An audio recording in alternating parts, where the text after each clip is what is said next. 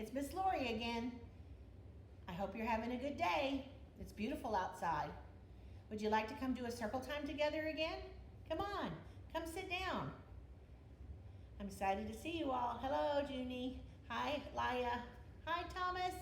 Hi, everybody. Good to see you today.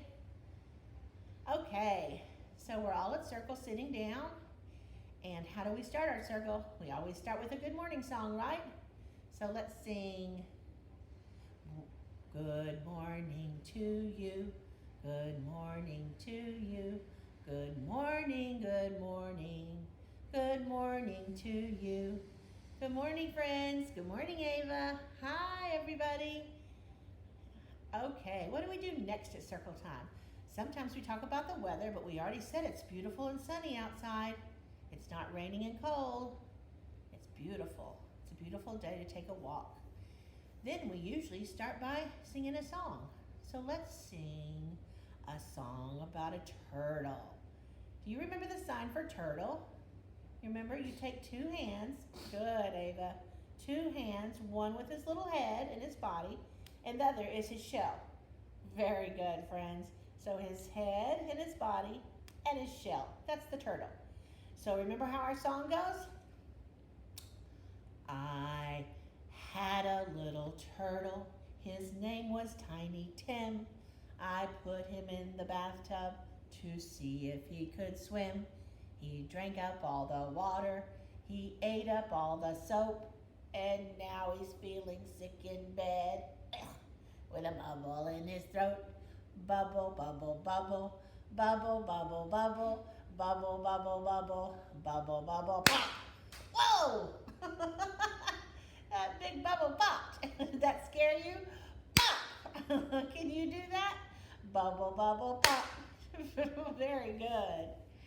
Okay, I bought a very big book for you to read, and it's kind of long, so I hope you're ready to sit for about 5 minutes and listen to a great story. This is a friend of mine named Corduroy. It's called A Pocket for Corduroy. This little bear is Corduroy. You might have a book about Corduroy at your house. So let's see how the story goes. A Pocket for Corduroy.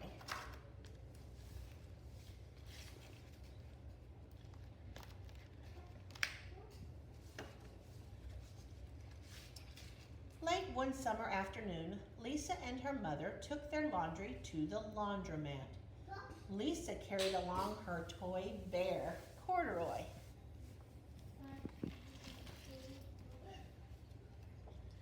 The laundromat was a very busy place at this hour. Now, Corduroy, you sit right here and wait for me, Lisa said. I'm going to help with our wash.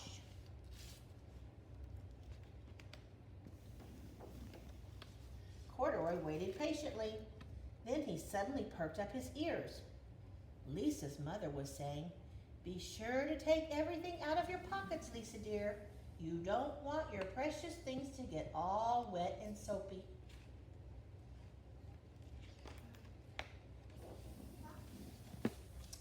"Pocket," said Corduroy to himself. "I don't have a pocket." He slid off the chair.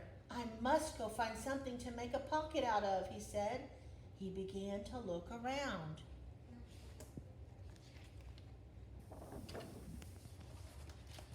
First, he came to a pile of fancy towels and washcloths, but nothing was the right size or color. Then he saw a huge stack of colorful clothes in the laundry bag. "There ought to be something in there to make a pocket out of," he said.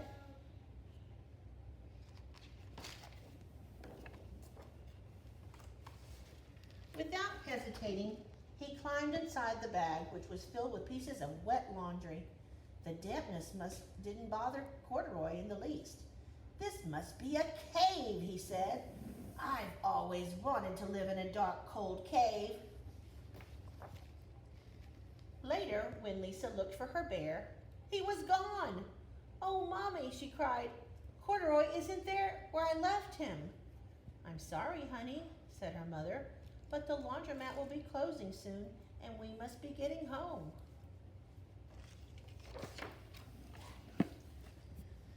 Lisa Lisa did not want to leave without Corduroy, but her mother insisted. "You can come back tomorrow," she said. "I'm sure you will find him." As they left, a young man wearing an artist's beret was taking his wet laundry out of the bag, the very bag that Corduroy had discovered. Before he knew it, Corduroy was being tossed together with all the sheets, shirts, shorts, and slacks.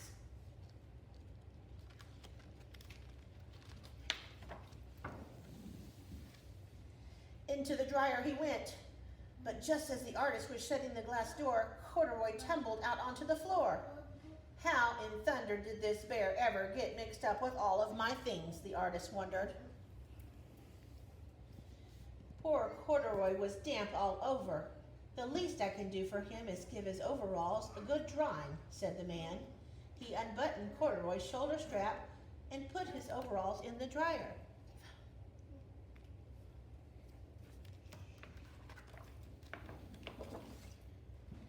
Corduroy grew dizzy as he watched the clothes spinning around, but the artist became inspired. "This would make a wonderful painting," he said as he took a sketch pad out of his pocket and then began to draw the swirling colors. "I can hardly wait to get back to my studio." Finally, the dryer stopped whirling and the man gathered up his clothes. Then he helped Corduroy put on his warm, dry overalls. All at once, the manager of the laundromat called, "Closing time! Everybody out!"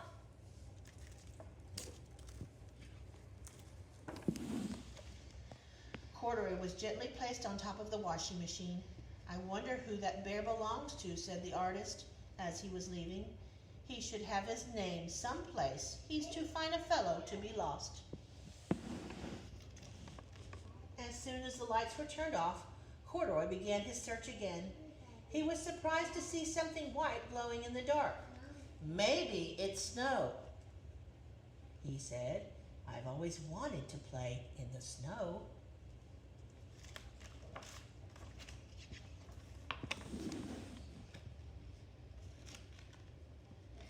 He accidentally tipped over the open-lidded box, and suddenly he was covered with a soft, slippery snowflakes. Gradually, Corduroy began to slip and slide. "Oh, what fun," he said with a smile. "I've always wanted to ski down a steep mountainside. Woo!"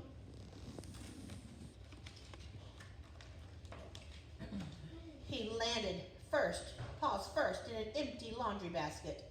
"This must be a cage," he said, peeking through the bars. "I never wanted to live inside a cage like a bear in the zoo."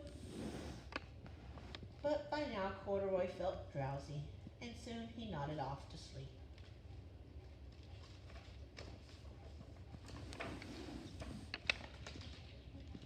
Next morning, when the manager came to open the laundromat, there was Lisa, waiting. "I left something here yesterday," she explained. "May I look around?" "Certainly," said the manager. "My customers are always leaving things here." Lisa was searching under the chairs and in the back of the washing machines when she heard the manager call her. "Is this what you're looking for, señorita?" "Yes, yes, he's my best friend," shouted Lisa. She reached in and picked Corduroy up out of the basket. "So this is where you've been, you little rascal," she said. "It's time I take you home." Lisa thanked the manager and ran down the street, holding Corduroy tightly in her arms. "I thought I told you to wait for me," she said. "Why did you